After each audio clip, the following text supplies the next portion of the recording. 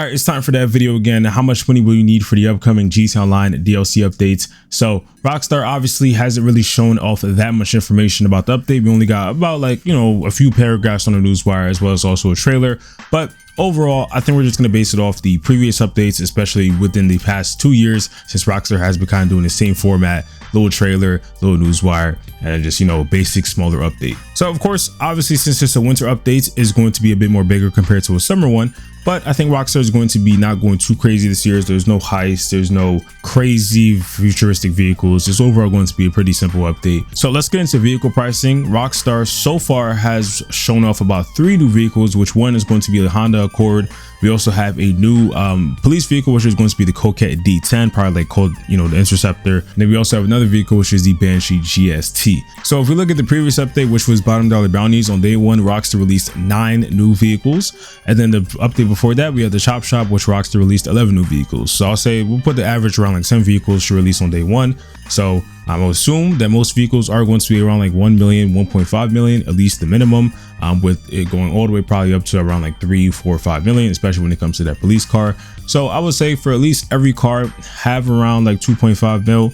If you do plan on buying all day 1 vehicles, and expect a little bit more when it comes to the police variants.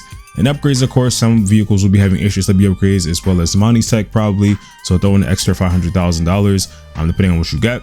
And then of course we have to throw in the customization. So, it's about 200,000 really. So overall for each vehicle, if you want to fully upgrade it, I would say have around 2.8 mil. And that includes the usual HSW as well as the Money Tech. And then for other vehicles though, expect a little bit more that's going to be added on. So I have about 3-4 mil. Rockstar always increases their prices when it comes to updates, so don't expect it to be that much less. Some vehicles, of course, might be a lot more cheaper, but most of them probably won't be.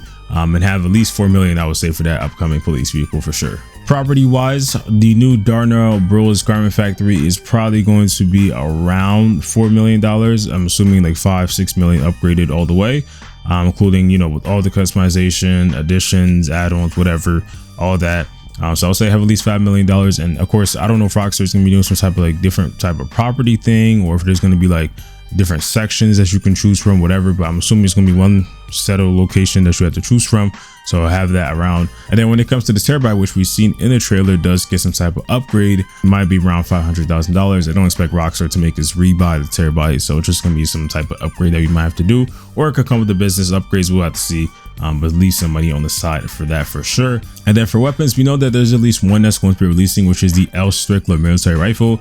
That's going to be available for GTA Plus players in December, with releasing for normal players or other players in January. It's probably going to be around 400,000, I would say.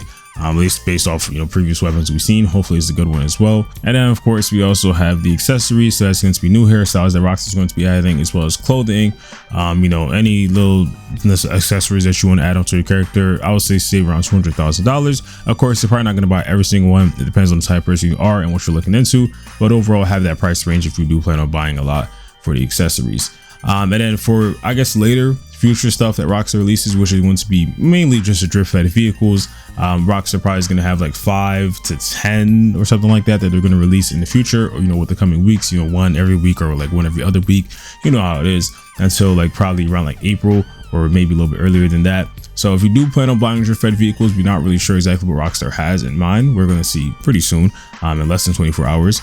But we can assume that Rockstar most likely is going to have around the same price range as the ones that are releasing on day 1. So about 1 million or $1.5 to $2 million is the normal price range for these vehicles, with the extra $500,000 for upgrades. And that could, differ when it comes to certain vehicles due to the upgrades that they can get. So to break it down, pretty much, if you do plan on buying all the day 1 vehicles, I would say have at least 25 mil, with each vehicle costing around $2 million. Some are going to be cheaper if they add NPC type of vehicles like they did in previous updates, but I think $2 million is definitely a safe bet for most vehicles. And we have that extra $5 million in leeway to kind of, put in for other vehicles that are going to be a little bit more pricier, such as the police vehicle, and if Rockstar even adds more than that, and of course also upgrades such as HSW and the Monty Tech.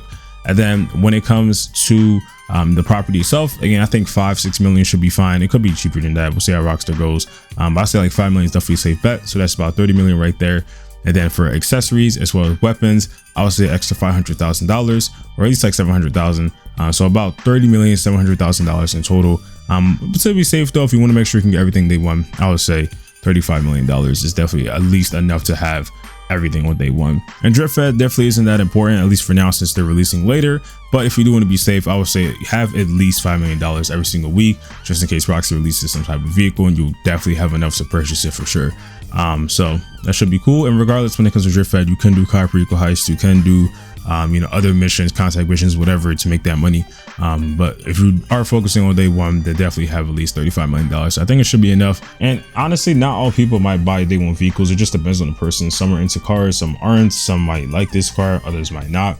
So as long as you have around 10 million, I think it'll be fine for day one. It just depends on what type of player you are, but you definitely just want to have at least enough for the business itself. But that is all for this video. I hope you guys did enjoy. If you did, subscribe, put on post notifications, and drop a like. We'll be having a lot more content covering this upcoming update, so definitely look forward to the channel, and I'll see you guys in the next one. Peace.